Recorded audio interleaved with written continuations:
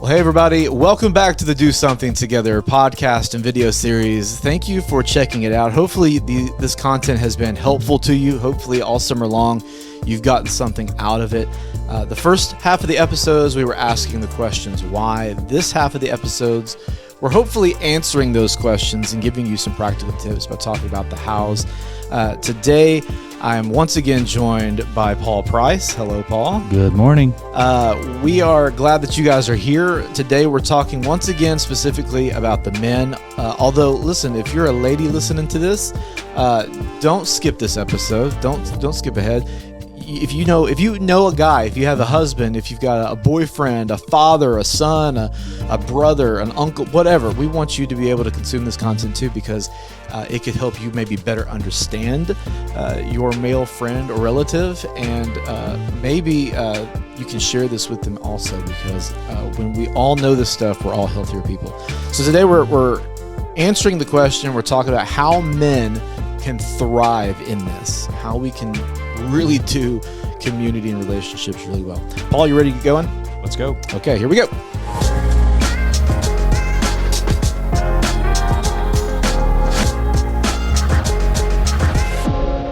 All right, well, welcome back. Paul, just in case people decided to, for some reason, click on this one episode and they didn't listen to the first time we were together, can you just kind of tell people who you are, a little bit about yourself? Sure, yeah. So my wife and I, Bridget, of almost 20 years, this month we're going to be, there's our 20th anniversary, so got to get that planning done. I got to thinking about, we got to figure something out. We've got 4 kids, Marley, Rylan, JP, and Luke, and Marley's about to graduate, about to take off, heading up to Fayetteville, and so that's going to be a whole nother season of our life, being without one. That's, I'm sure her mom's getting prepared for that. It's going to be a little rough, yeah. So we have 4 kids live here in Searcy. I'm in sales. That's all I've ever done pretty much out of college was some type of medical device sales, and just running the gun into my car, racing around the world. That's why you're wearing the scrubs. You don't. Honestly, I had no idea that. So I was about to head to Little Rock in a little bit, but just that. With that, we lived here for almost 12, 13 years, and men's ministry has been a big part of my life. Thankfully, before I got married, and we've gone through seasons with it, but we'll talk more about that. How it's just important to really meet together and come together. I'm seeing it more than ever lately. Just to continue to, as Christ followers, just to be together. God created us to be together. Right. Yep. Absolutely. Well, we're talking about how we can do this well. The first conversation we had was really good. I think it really helped set up this conversation, because we talked about some of the reasons why men struggle with this is because of isolation. It's because of our own insecurities. So if you have not gone back and listened to that, please do. I got another stat to throw at us, and this one hurts a little bit, because as a church leader, we try to do what we can to help bridge this gap, but at the end of the day, it requires action on our parts. But this study says that 1 in 5 men say they have no close friends. 1 in 5 men say they just don't have 20%. Have no close friends. Talk about that for a little. Do you see that? Is that evident to you in the stuff that you've seen and read and the things you've gone through? Yeah. So it seems like in my last, like I said, we've been married 20 years. Guys are associated a lot of times it's with like whatever you're a part of. So guys who play a lot of golf, which I'm kind of getting more into lately with Luke, my youngest, he loves golf, and it seems like a lot of those guys, they kind of associate with guys who play golf. Yeah. Guys who coach baseball, which I've been doing for a long time with my sons.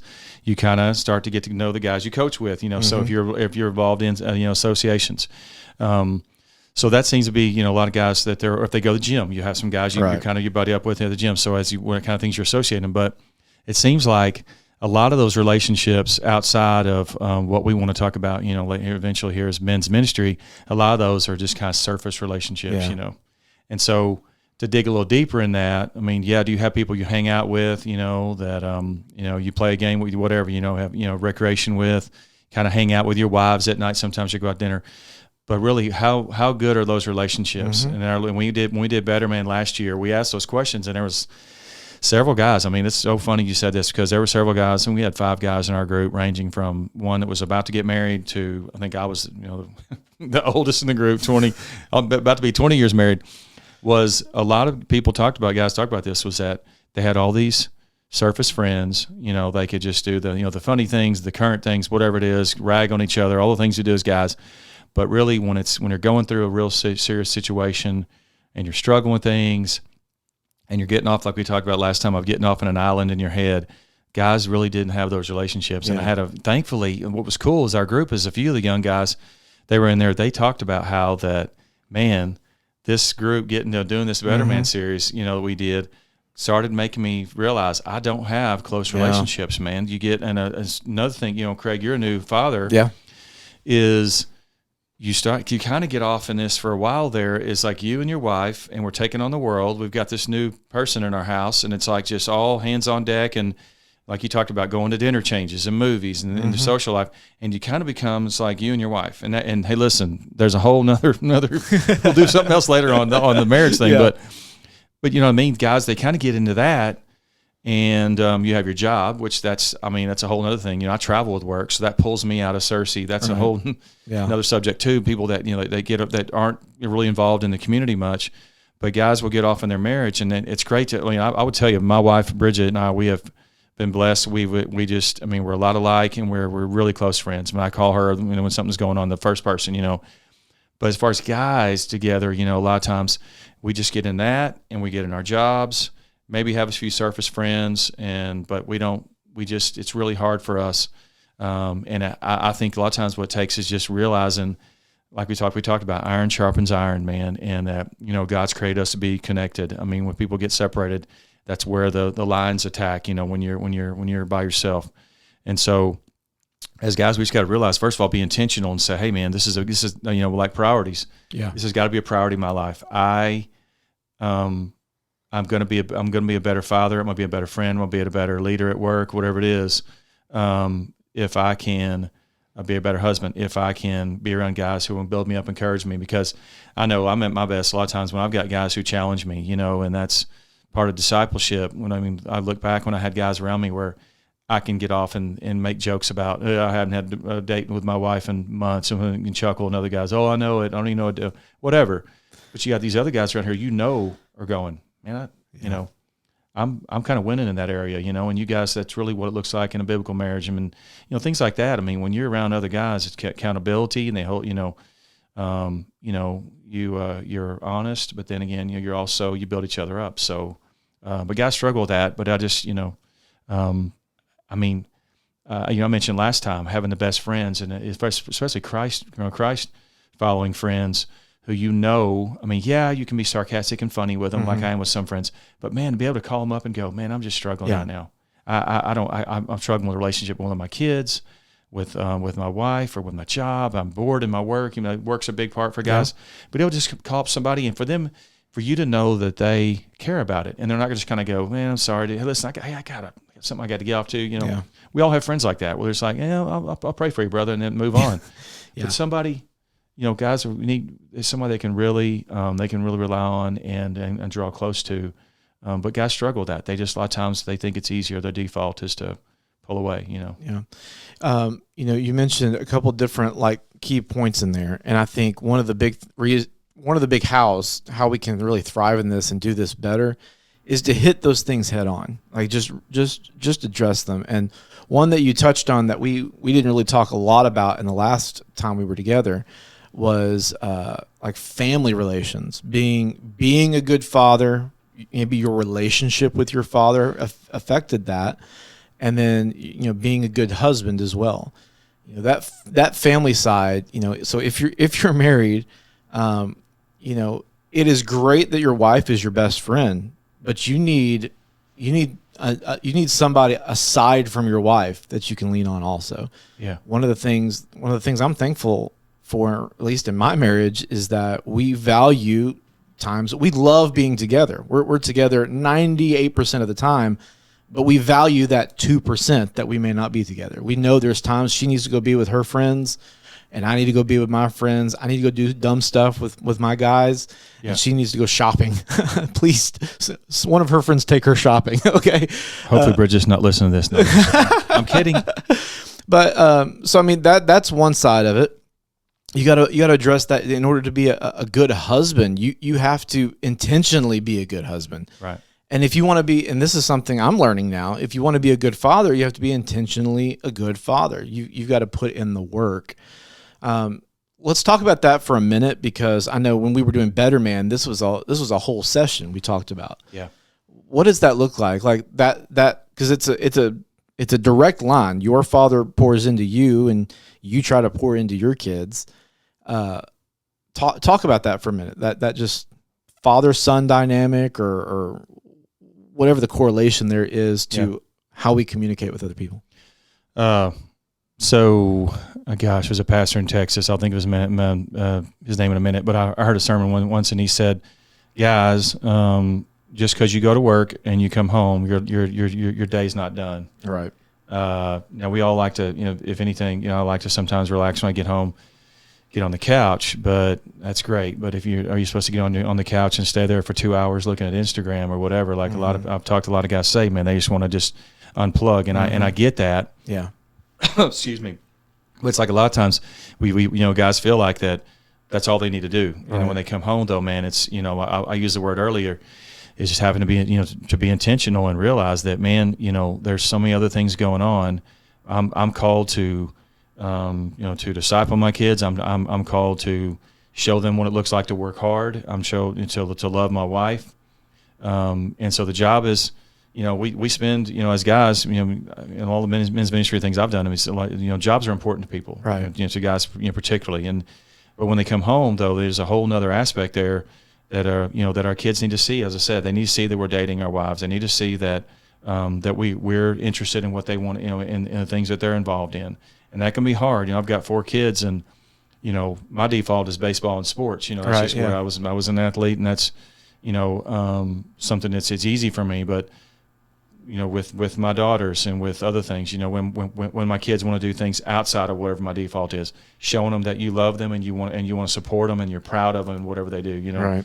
So that's a whole episode with fathering, but I mean, and then the other part, sometimes my wife would testify for this. Sometimes that struggle is the dating part of it. Yeah. Continue to date your spouse, Yeah. That's something that, in quality time, getting away from the kids saying, Dad, or Mom, the whole time we were trying to talk.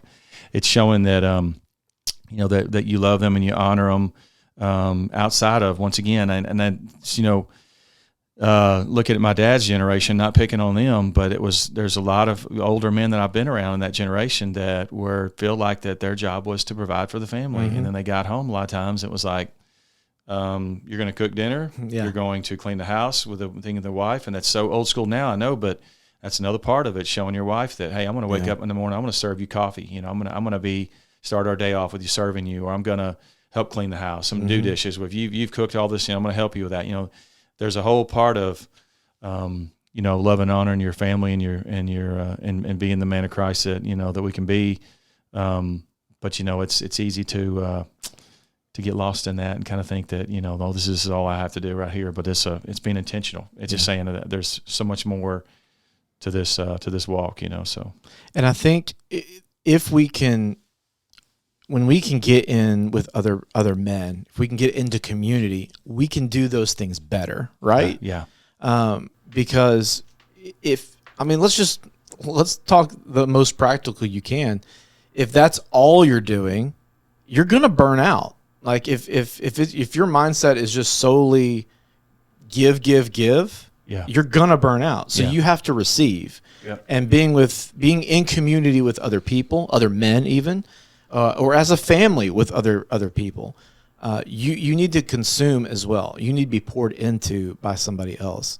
But you can't just do that either. So it is a balance. You have to have both. You've got to give and receive. Yeah. So don't bite the bullet and say, well, life's just going to be miserable. That's just my lot in life. Hopefully that's not what I was describing. No, it's not. But like as we were talking, I was like, I know I've done that in seasons where I'm like, okay, community can be put to the side. Yeah. I need to take care, because you mentioned the whole dating your wife thing. And as you're talking, I'm like, I'm having to relearn what that looks like, because for 14 years, including dating and engagement, it's just been me and Lauren.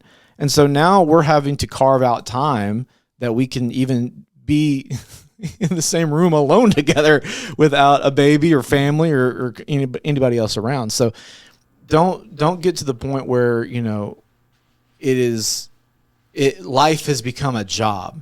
Get to the point where there's balance in it, that you're getting fed because if you're able to get fed, that's how you become a better father, a better husband as well. I was talking to Easton Valentine. He was in our guys group, and we're just about a week or two ago, we were talking about how it's been several months since we did Better Man, and I look forward to that Friday morning. I thought it was fun. Yeah. It was just, we had Chick-fil-A, you know how that goes. That made it, or Wild Sweet Williams. That was a little side enjoyment there. But but I just enjoyed it, because I knew that it's guys. It was so much fun just getting together and sharing. And I learned so much even with these guys. Some of them are, I think close to half my age, and but just hearing their insights and things, how they're already succeeding in their marriages, or if they were struggling with things, where I could share my past with them. But I totally, as you said, having an outlet where I can just turn my phone off, I can be away from everything, not my job, and I can just go enjoy being around these guys who are Christ followers, who I know are struggling with same things I am, and we're building and encouraging, each other wherever we're at in life right now. So, let's talk about the really practical stuff. Okay, so let's talk about some nuts and bolts, tangible things that a guy can do. Being part of a group like Better Man, which we're working on some stuff. If I don't know, whenever this comes out, we may have stuff already, but we're working on some stuff right now, of ways that we can kind of get a group back together and do things like that. So you may have already seen, or you will be seeing, some different options like that. So from a church perspective, we're doing some things, but take organized church stuff out of it for a second. What are some just really practical things, a guy listening to this who's looking for community, what are some practical things that he can do to get plugged in, to start a relationship or start the process of a healthy community? Yeah, so what Easton and I talked about is, as you said, it doesn't have to be something big corporately where it's a big ministry rolled out for, with all the guys all together, but just going to have coffee.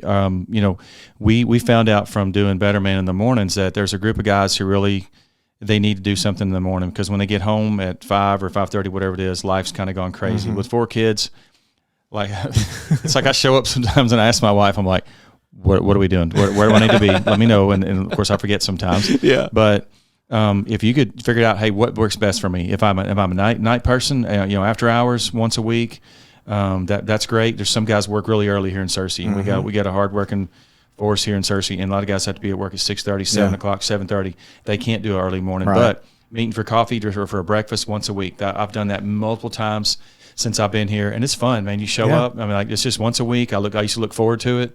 So we used to do Friday mornings. We would, say 6:30 or 7. But Easton and I, we're talking about right now about us getting our 5 guys from our small group, and just start doing like once a week. And what we talked about is maybe like saying, hey, where's the best donut or whatever, and just move it around. Like we're going Shipley's here, wherever it is, or where's the best breakfast, and just picking out a morning. And if you can't do every week, every other week at least, or say, hey, we're going to meet for breakfast at 6:30 somewhere, 6:30, 7:30. That usually gives that 30 minutes for guys to get to work if they have to be there by 8 or whatever. And start with that. Or if at nighttime, say, hey, we're going to go have Coke. Let's go. Or pick out the best burger, whatever, once every 2 weeks. Or, and I don't know. I just enjoy it. I look forward to it. Once again, though, it's being intentional. And if you're a guy that's in our, say it's going to New Life or going to a church where you're just listening to this, usually like with our church, I'd love if someone walked up to me in church and said, hey man, I heard you're involved in men's ministry, or they come up to Craig, I guarantee, and they said, I kind of will get plugged in. I'll be like, ding, okay, let's go. Hey man, listen, we'll pull you in and say, let's start, you're a morning person, you have more time, or is it nighttime? What's better for you? And then if you are, let's say like a night timer, there's a couple of people that we can probably start asking around and finding out who's best, and maybe get Yeah. you guys like they could meet, or morning guys Absolutely. meeting around. You know, and you know, high level view. What we could do is also, what you can do is get to where we're doing, like, you know, have a guys weekend, like a camp out one night. Try to do it once a year or something like that. Some we can pull away and just have fun, you know. So I mean, that's it. I know we get lost in our jobs and with our kids' lives and all the sports and things they're involved in, but it's like you said, time where you can just pull away and not have to be pouring it all out, and just kind of enjoy it, and, you know, say, I need a break, you know. You know, that's the whole theme of the summer is do something together. So it doesn't matter what it is, just do something. Coffee, breakfast, you know. And you know, if people you connect with also have families, get the whole family together and hang out. Like, just do something together, and don't give up at it. Like, if you start it, stick with it for a little. It may be awkward at first. If this is something you're not used to doing, like, it may take a time or two to build up that relationship equity, that relationship together where you can trust each other enough to really start opening up. You don't have to go into the first time you have coffee with somebody or a small group, guns blazing, telling them your deepest, darkest sins. Like, what's your biggest struggle? Yeah, that's not how it works. And I think so many times we may think that. No, you just go hang out. Like, talk about how Arkansas is doing in sports, which is usually pretty good lately. Unless you consider being really good up until when it really matters, then falling. That's our MO. But you had to go there. You had to go there. Yeah. You talk about just anything. I mean, just spend some time just getting to know somebody, and it will naturally get to the point where you can really start opening up. Yeah. So, Paul, man, thank you. This has been a really good conversation. I enjoy it. We could probably sit here and talk for a couple more hours about this stuff. But would you mind just wrapping us up and praying over the guys today? Sure. God, we just thank you, Lord, for this time. Thank you for the any time that we can encourage and build each other up as Christ followers. Lord, this is a broken world right now. This is just there's so many crazy things that are happening in our world, and we need this more than anything right now. And I just feel like that, once again, there's a lot of people that are isolated, a lot of people who have just been lulled to sleep. We're not involved in church. A lot of people are just not involved, and they may show up, but we just don't want to go deeper and see the need to be together in a small group, or in just in women's or men's ministries. And I just pray that just as a church body, and just whoever's watching this, that you would just put it on their heart, the Holy Spirit, just that they would want to connect with others, go deeper, and not be afraid of being vulnerable, and being intentional also with our times, God. So we love you, give you all the praise and glory. In Jesus' name I pray. Amen. Amen. Well, don't forget, if you're not already, subscribe wherever you're consuming this, if it's on YouTube or if it's your favorite podcast app. Give us your feedback. Let us know if this has been helpful to you, how we can be praying for you. Text Cersei to 88,000, all the stuff. And we'd love to connect with you, especially if you're a guy. Let's get you in the community. It's really important. Paul, once again, man, thank you. Thank you so much for hanging out. You bet. I enjoyed it. We will talk at you next week. Goodbye, everybody.